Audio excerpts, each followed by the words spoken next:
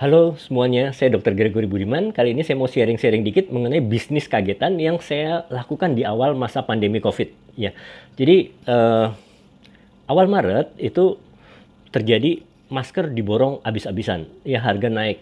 Kemudian hand sanitizer juga sama diborong, kemudian harga naik ya. Jadi waktu itu akhir Februari saya sempat beli masker harga masih 20.000 per box ya. Tapi masuk ke Maret saya datang ke pasar Pramuka harganya udah 100.000.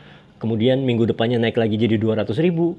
Kemudian naik lagi jadi 500.000, jadi 600.000. Wah, luar biasa sekali kenaikannya. Kemudian juga hand sanitizer sama. Di minimarket yang tadinya hand sanitizer merek Nuvo, merek apalagi tuh ya, Antis ya, yang 30 mili itu tadinya harganya hanya 3 ribuan, itu jadi 30.000 ya. Kemudian menjadi langka lah seperti itu ya. Jadi di sini supply-nya sedikit sekali, demand-nya banyak. Nah, ini mungkin terjadi monkey bisnis ya. Jadi ada yang memborong masker atau hand sanitizer sehingga harga di pasaran jadi naik begitu. Nah, waktu itu usaha saya ada salon perawatan wajah, skincare, penjualan produk masih lancar ya. Awal Maret masih lancar karena COVID belum masuk ke Indonesia. Itu hanya terjadi wabah besar-besaran di Cina, di luar negeri lah begitu. Tapi karena lihat fenomena ini ya, fenomena di mana masker langka, wah saya terlambat waktu itu ya mau beli masker, mau nyetok begitu udah keburu mahal duluan. Waktu itu masih sekitar 150.000. Waduh, 150.000 itu udah mahal banget bagi saya. Biasanya saya beli 20.000. Ya udah, kita nggak ngira harganya bakal naik sampai 600.000, bahkan kalau di daerah sampai 1 juta begitu. Begitu pula dengan hand sanitizer. Nah, karena saya punya kemampuan untuk produksi beberapa bahan kosmetik dan saya tahu cara membuat hand sanitizer, membuat menjadi konsistensinya menjadi lebih kenyal, membuat bentuk seperti gel ya. Nah, itu saya buat sama karyawan saya, asisten saya buat karena memang sebetulnya bahannya harus menggunakan karbomer ya dan lain sebagainya. Kita nggak ada, kita pakai bahan seadanya, ternyata hasilnya bagus. Kita gunakan CMC, carboxymethyl cellulose, alkohol 96%, kita campur gliserin dan lain sebagainya. Dan hasilnya ternyata bagus ya. Lalu kita coba jual dan wah laku keras ternyata. Laku keras, banyak yang beli, banyak yang mau jadi reseller.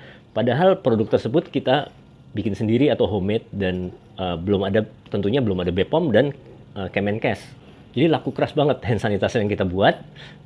Banyak reseller yang mau jualin lagi, karyawan saya juga pada jualin. Banyak yang beli, laku keras lah begitu. Bahkan ada instansi yang mau beli sampai 5.000 botol. Dan kita nggak sanggup. Ya, waktu itu karena banyak permintaan, kemasan menjadi langka, susah itu ya. Nyari kemasan, alkohol juga langka dan harganya naik. Yang biasanya per 5 liter itu 25.000, ini menjadi 50.000, naik 2 kali lipat. Kemasan juga yang tadinya hanya 1.500 bisa jadi 6.000. Dan jadi banyak permintaan tapi kita nggak sanggup untuk bikin begitu ya. Dan harganya kita jual sebetulnya modalnya terus terang hanya 3.000 4.000 ya sama kemasan. Tapi kita bisa jual 20.000, itu pun ke reseller dan reseller jual lagi 30.000 40.000 bahkan. Itu adalah hand sanitizer ukuran 100 mili yang saya bikin. Ada juga yang literan, kita jual juga tentunya dengan harga yang lebih murah. Dan saya baru lihat data ya, dalam waktu kurang dari setengah bulan, ya paling nggak nyampe 15 hari, itu kita sudah menjual 2.654 botol 100 mili dan 199 liter yang literan. Seperti itu. Dan omsetnya lumayan, 75-an begitu ya. Hampir mendekati 100 seperti itu, hanya dalam kurang dari setengah bulan. Nah, karena begitu rame permintaan, itu ada karyawan rekan saya yang bilang, wah lebih bagus kita bikin BPOM-nya gitu, nggak usah kita jualin dulu, kita bikin izin edar BPOM atau Kemenkes, baru kita edarkan. Tapi saya bilang nggak bisa, ini bisnis kagetan. Nanti kalau kita tunggu, ini masalah momen dan perfeksionis ya. Jadi kalau kita memang perfeksionis, kita nunggu dulu baru produksi ya, bikin dokumennya, nyari dokumen analisa raw material, faktur-faktur pembelian, pemesanan dan lain sebagainya, kita submit dulu ke BPOM, ke Kemenkes. Nah, itu butuh waktu paling nggak 1-2 bulan. Nah, itu juga banyak terjadi. Jadi beberapa maklon ya itu menunggu izin Kemenkes sama BPOM. Dan akhirnya apa? baru keluar pertengahan April atau awal April. Sedangkan awal April saya udah nggak jualan lagi karena udah banyak. Jadi produk yang sebelumnya ya seperti Nuvo, Antis dan lain sebagainya udah produksi lagi besar-besaran. Dan banyak produk-produk kosmetik lain ya seperti grupnya Martha Tilar dan lain sebagainya yang mereka beralih dari kosmetik produksi hand sanitizer. Banyak sekali produk pabrik-pabrik Maklon itu bikin hand sanitizer, tapi sudah terlambat. Mereka launchingnya April atau bahkan pertengahan April. Nah, apakah ini menyalahi aturan? Saya bikin itu homemade ya karena darurat, memang darurat. Jadi tujuannya untuk membantu mencukupi kebutuhan masyarakat akan hand sanitizer. Karena itu terjadi kevakuman, nggak ada hand sanitizer di minimarket, nggak ada ya. Kemudian nyarinya juga susah. Akibatnya kita tutupi gap ini dengan kita membuat yang memang belum ada izin BPOM dan Kemenkesnya karena ini darurat begitu. Yang penting kita buatnya dengan lege artis. Lege artis ini maksudnya betul-betul sesuai dengan prosedur standar yang memang betul menghasilkan antiseptik yang baik. Bahkan tutorial pembuatan hand sanitizer-nya langsung saya videoin tuh. Jadi pertengahan Maret ya, begitu saya coba-coba dan berhasil, saya langsung bikin videonya, upload di YouTube dan view-nya langsung di atas 10.000. Dan sampai sekarang bertengger di 35.000 view. Jadi kenapa teknik pembuatannya nggak saya rahasiakan? Karena memang ini bisnis kagetan, nggak akan selamanya gitu ya. Kalau misalnya ini menjadi mata pencaharian kita, perusahaan selamanya ya kita rahasiakan.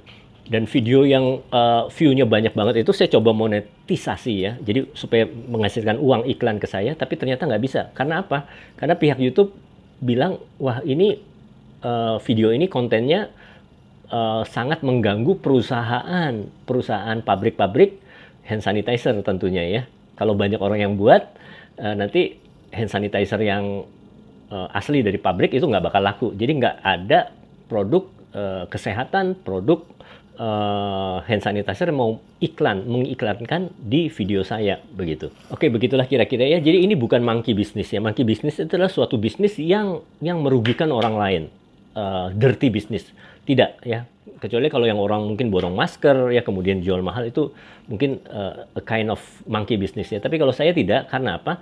Karena saya berusaha menutupi gap di mana kebutuhan masyarakat itu besar akan hand sanitizer dan di pasaran nggak ada. Makanya kita jual dengan harga yang relatif lebih murah daripada yang tidak terjangkau. Saya kira itu aja cerita saya, sharing saya mengenai bisnis kagetan saya. Jadi hand sanitizer moment versus perfection. Jadi dalam hal ini, dalam kasus wabah bisnis kagetan itu kita sudah tidak lagi memikirkan perfection.